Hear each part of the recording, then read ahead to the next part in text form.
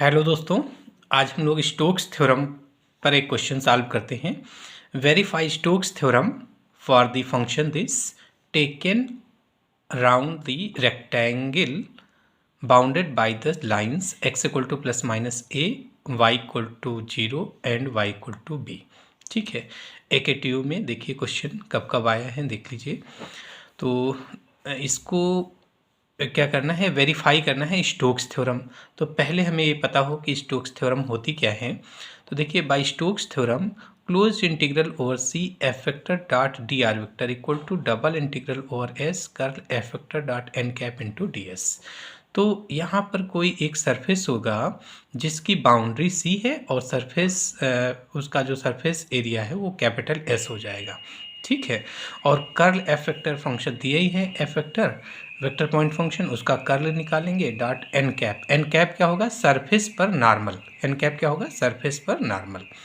तो देखिए यहाँ पर सरफेस क्या दिया हुआ है, सरफेस एक रेक्टेंगल है। सरफेस क्या है, एक रेक्टेंगल है जो बाउंड होता है किससे, x equal to plus minus a. तो x equal to minus a की लाइन ये हो गई, x इक्वल टू ए की लाइन ये हो गई, और y equal to zero, y equal to zero की लाइन x एक्सिस, और y is equal to b की लाइन ये हो गई, y is equal to b की लाइन। ठीक है, तो अब देखिए एफ वेक्टर क्या दिया है, ये स्टोक्स थ्योरम होती है। ठीक है, तो N cap where N cap is the outward drawn normal vector, unit normal vector. तो एफ वेक्टर दिया हुआ है, आर वेक्टर पोजीशन वेक्टर होता है, ये दें या ना दें हमें पता होता है क्या, एक्स आई कैप प्लस वाई जे कैप प्लस जेड के कैप। तो डी आर वेक्टर क्या हो जाएगा, डी एक्स आई कैप प्लस डी वाई जे कैप प्लस डी जेड के कैप। तो F vector dot D R vector, F vector चूंकि वेरीफाई करना है ना, तो आपको इससे भी वैल्यू निकालनी है और इससे भी वैल्यू निकालनी है, दोनों वैल्यू सेम आ जाएगी। लाइन इंटीग्रल से और सरफेस इंटीग्रल दोनों से वैल्यू निकालनी है, वैल्यू सेम आएगी। तो हमें F vector dot D R vector की ज़रूरत पड़ेगी। तो F vector dot D R vector, ये एफ वेक्टर है, इसको डी आर वेक्टर से डॉट प्रोडक्ट करा दोगे तो this into D X plus this into D Y हो जाएगा। के कैप है नहीं तो वो वाला जीरो हो जाएगा। तो कितना हुआ, X square plus Y square D X minus two X Y into D Y, है ना। इसका एफ वेक्टर का एफ वेक्टर को डी आर वेक्टर से डॉट कराएंगे तो ये आ जाएगा। फिर हमें क्या चाहिए, कर्ल एफ वेक्टर चाहिए, तो वो भी निकाल लेते हैं। Curl F vector equal to i cap J cap के कैप, है ना। कर्ल हमेशा डिटरमिनेंट से निकलता है, तो कर्ल एफ वेक्टर को डेल क्रॉस एफ वेक्टर लिखते हैं। डेल क्या होता है, vector differential operator, i cap del upon del x plus j cap del upon del y plus k cap del upon del z. तो जब curl निकालेंगे तो पहली लाइन फिक्स होती है, पहली रो फिक्स है, आई कैप जे कैप के कैप रहेगा। दूसरे में भी फिक्स है, del upon del X del upon del Y del upon del Z, ये दो रो फिक्स होती हैं। तीसरे में एफ वेक्टर के कोफिशिएंट्स हो जाएंगे। तो आई कैप के कोफिशिएंट एफ वेक्टर के कितना है, X square plus Y square, और जे कैप का coefficient minus two X Y, K cap है नहीं तो उसका जीरो हो जाएगा। अब इसको सॉल्व कर लीजिए, तो डिटरमिनेंट ओपन कर लो। तो आई कैप इंटू इसका हो गया डेरिवेटिव, जीरो का जीरो हो जाएगा, माइनस टू इसका जेड के रिस्पेक्ट में पार्शियल डेरिवेटिव, तो जेड है ही नहीं, जीरो हो गया। माइनस जे कैप इंटू ये इसका जीरो हो जाएगा, माइनस इसका जेड के रिस्पेक्ट में डेरिवेटिव, ये भी जीरो हो गया। प्लस के कैप इंटू ये कैंसिल ये कैंसिल, इसका करिए एक्स के रिस्पेक्ट में तो माइनस टू वाई हो गया, माइनस इसका वाई के रिस्पेक्ट में तो टू वाई, तो माइनस टू वाई मिला के minus four Y K cap, ये दोनों जीरो हो गए। तो हमें कर्ल एफ वेक्टर की वैल्यू पता लग गई। अब देखते हैं सी क्या है और एस क्या है। ठीक है, तो सी एक रेक्टेंगल है जिसकी बाउंड्री सी है ना। तो ये रेक्टेंगल बाउंड होता है किससे, x equal to plus minus a से, वाई इक्वल टू जीरो से, वाई इक्वल टू बी से। ये एक रेक्टेंगल बाउंड हुआ, इसका टोटल सरफेस एरिया यानी इसका जो सरफेस एरिया है वो एस है, और अगर कोई स्मॉल पार्ट ले लेंगे तो वो हो जाएगा डी एस हो जाएगा। ठीक है, तो इसमें देखिए हम लाइन इंटीग्रल से पहले वैल्यू निकालते हैं।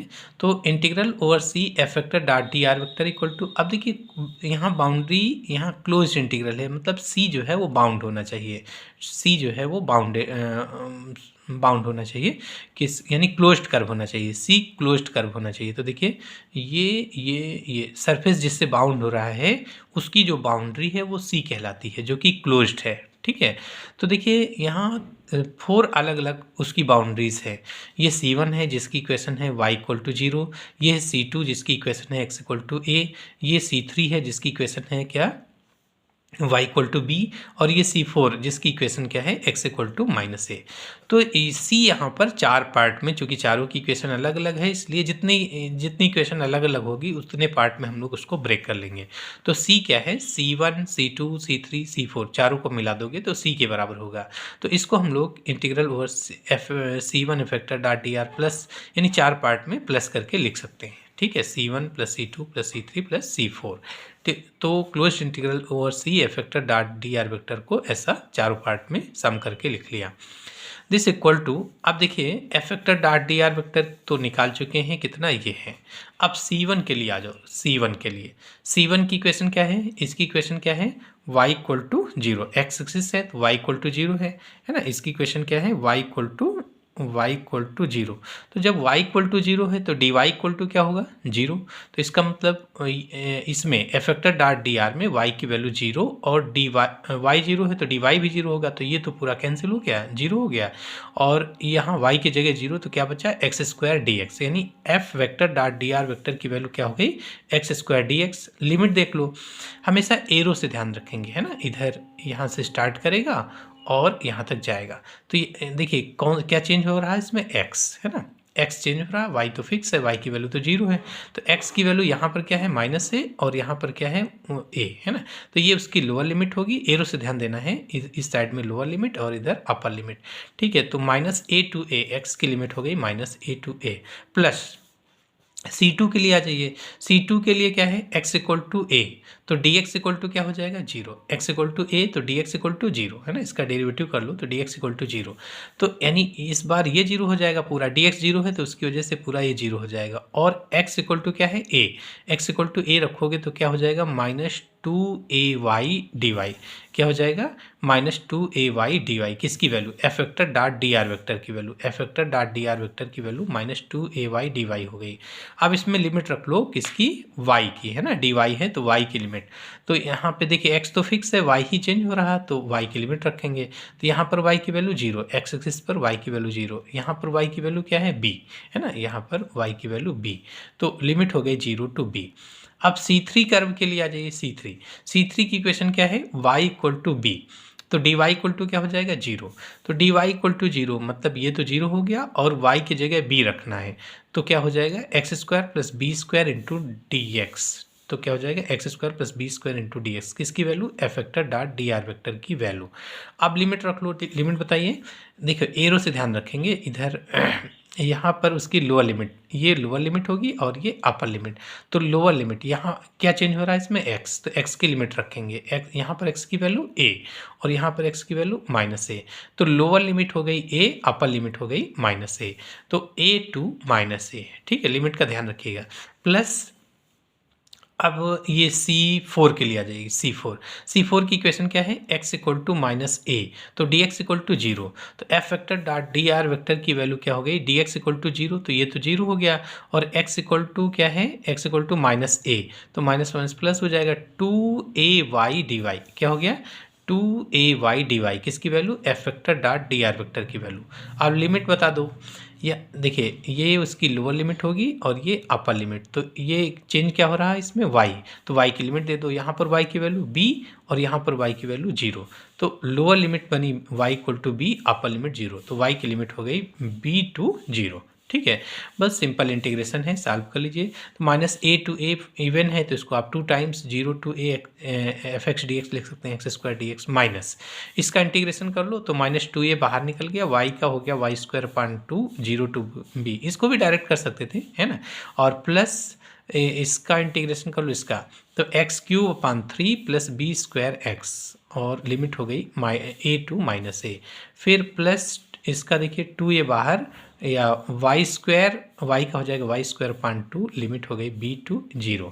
तो ये इसका देखिए, अब इसका integration X cube upon 3 limit 0 to a minus upper limit रख लो तो 2 से 2 कैंसिल, a b स्क्वायर हो गया। फिर लोअर लिमिट से 0 हो जाएगा, इसमें रख लीजिए माइनस a, तो x की वैल्यू माइनस a, तो माइनस a क्यूब अपॉन 3 हो जाएगा। यहाँ पे भी x की वैल्यू माइनस ए रखोगे तो माइनस बी स्क्वायर ए, फिर a रख लो लोअर लिमिट में a रख लो, x की जगह a, लेकिन एक लोअर लिमिट की वजह से माइनस आएगा तो माइनस ए क्यूब अपान 3 हो गया। यहाँ भी x की जगह a रख लो तो माइनस ए बी स्क्वायर हो गया। इसमें रख लीजिए अपर लिमिट y की वैल्यू 0 रखोगे 0 हो जाएगा, लोअर लिमिट में b रखोगे तो 2 cancel A B square minus A B square, lower limit की वजह से माइनस आ गया। तो ये कितना हो गया, देखिए ये वैल्यू हमारी हो जाएगी टू ए क्यूब अपान 3, ठीक है ना, 2a क्यूब अपान 3 लोअर लिमिट से 0, और यहाँ a क्यूब अपान 3 दोनों माइनस के हैं, दोनों जुड़ के हो गया माइनस 2a क्यूब अपान 3, ये माइनस 2a क्यूब अपान 3, और ए बी स्क्वायर एक ये है, एक ये है, एक ये है, एक ये है, 4, तो माइनस 4ab स्क्वायर, और ये देखिए प्लस माइनस कैंसिल, तो कितना हो गया, integral over C F vector dot D R vector की वैल्यू माइनस 4ab स्क्वायर। यानी स्टोक्स थ्योरम का हम लोग लाइन इंटीग्रल वाला पार्ट निकाल लिए है ना, इस लाइन इंटीग्रल वाला, इसकी वैल्यू कितनी आ गई, इसकी वैल्यू आ गई माइनस 4ab स्क्वायर। अब हम लोग क्या करेंगे, सरफेस इंटीग्रल से वैल्यू निकालेंगे, इससे ये भी सेम आ जानी चाहिए। तो देखिए कर्ल एफ वेक्टर निकाल चुके हैं, कर्ल एफ वेक्टर की वैल्यू क्या है, ये आई है माइनस 4y के कैप, और फिर क्या चाहिए आपको एन कैप होता है आउटवर्ड ड्रॉन नॉर्मल वेक्टर। तो ये एक्स वाई प्लेन है, एक्स वाई प्लेन पर जब नॉर्मल खींचोगे तो इसके परपेंडिकुलर लाइन, ठीक है, तो वो जेड एक्सिस के पैरेलल होगा, तो एन कैप की वैल्यू वही होगी जो जेड एक्सिस का होगा। तो जेड एक्सिस के लिए यूनिट वेक्टर क्या होता है, के कैप, तो इसका क्या हो जाएगा, इसका भी एन कैप की वैल्यू के कैप हो जाएगी। एक्स वाई प्लेन पर एन कैप की वैल्यू क्या हो जाएगी, अगर X Y plane, N cap का मतलब नॉर्मल है ना, तो अगर इस प्लेन पर नॉर्मल खींचेंगे तो वो जेड एक्सिस के पैरेलल होगा, इसका मतलब एन कैप की वैल्यू हो जाएगी आपकी कितनी, के कैप। तो अब चलिए हम लोग इसको सॉल्व करते हैं किससे, सरफेस इंटीग्रल से। तो एन कैप की वैल्यू के कैप हो गई, डी एस इक्वल टू क्या हो जाएगा, डी एक्स डी वाई, यानी कि स्मॉल एलिमेंट, यानी ये इसका एरिया एक्स एक्सिस के along D X, Y axis के लॉन्ग डी वाई, तो इसका एरिया क्या हो जाएगा, डी एक्स डी वाई, यानी एक्स वाई प्लेन पर स्मॉल एलिमेंट जो लिया उसका एरिया हो गया डी एक्स डी वाई, ठीक है। तो डी एस की वैल्यू यहाँ पर हो गई डी एक्स डी वाई, है ना, ठीक है। तो डी एस की वैल्यू हो गई, एक्स वाई प्लेन पर हमेशा डी एक्स की वैल्यू डी एस की value D x D y, y z plane पर d y d z, z x plane पर डी जेड डी एक्स, है ना। तो double integral over S curl F vector dot N cap D S की value, चलिए ये curl F vector की value क्या है, माइनस 4y के कैप, ठीक है, डॉट एन कैप की वैल्यू क्या होगी, के कैप, एन कैप की value K cap X Y plane पर, डी एस की value D x D Y. अब हमें लिमिट रखनी होगी किसकी, एक्स वाई की। तो एक्स वाई की लिमिट देखिए क्या होगी, एक्स वाई की लिमिट, तो ये पूरा रीजन में एक स्ट्रिप खींच लो, मान लीजिए वाई एक्सिस के पैरेलल आपने खींच लिया, स्ट्रिप पर स्मॉल एलिमेंट को स्ट्रिप पे मूव करा दो, मूव कराने का मतलब हुआ छोटी छोटी पार्ट में सम अप कर रहे हैं, ठीक है। तो किस एक्सिस के लॉन्ग मूव कर रहा, वाई की, तो वाई की लिमिट हो गई 0 to b, वाई की लिमिट हो गई 0 to b, और पूरी स्ट्रिप रीजन में मूव करेगी तो हमेशा लिमिट माइनस से प्लस की तरफ चलती है, तो x equal to minus A to a, है ना, x की लिमिट हो गई माइनस ए टू ए, और y की लिमिट हो गई 0 to b, ठीक है। तो ये लिमिट उठा के रख लीजिए यहाँ पर। तो x की लिमिट हो गई माइनस ए टू ए, और y की लिमिट हो गई 0 to b, ठीक। बस अब इंटीग्रेशन कर लो, तो y के रिस्पेक्ट में इंटीग्रेशन, तो वाई स्क्वायर अपान 2, ये मिला के हो जाएगा minus 2y square, limit 0 to b और dx, ठीक है। फिर अपर लिमिट रख लो, तो minus 2by square D X, minus 2b square बाहर, dx का हो गया x, लिमिट हो गई minus A to A. Upper limit रखोगे तो a, लोअर लिमिट में x की जगह माइनस 1, लोअर लिमिट का माइनस, तो प्लस का a हो जाएगा, तो ये 2a मतलब 4a माइनस का 4ab स्क्वायर, देखिए सेम वैल्यू आ गई ना।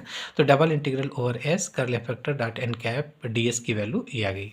तो फ्रॉम इक्वेशन 1 and 2 से लाइन इंटीग्रल और सरफेस इंटीग्रल दोनों की वैल्यू माइनस 4ab स्क्वायर आ गई, ठीक है।